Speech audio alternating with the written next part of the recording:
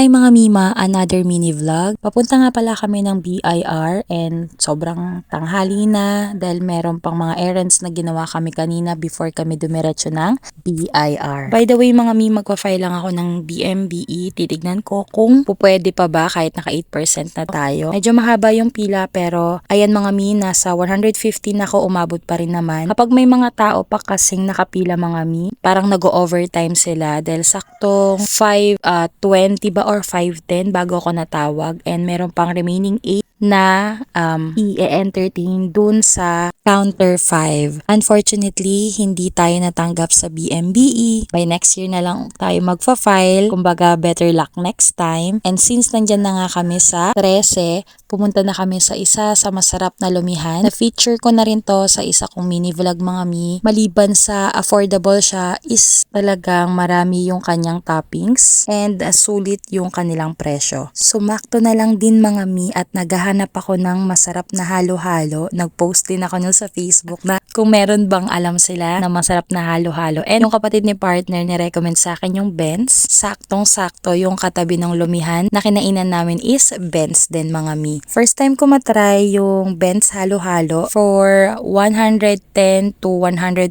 pesos nagre-range yung price. Dalawa yung binili ko mga Mi, yung original and yung salty summer, pero hindi ko na nasama sa video yung ating salty summer. Yung original, sobrang tamis siya. Hindi ko siya ganun sobrang kabe. Pero kung ikaw yung tipong talagang gusto mo yung matamis na matamis and milky, masarap siya, kaya lang sobrang tamisan ako. Mas bet ko yung salty summer kasi nag-aagaw yung tamis tsaka yung alat. Pero depende pa rin yung sa inyo, depende sa taste buds nyo mga Mi.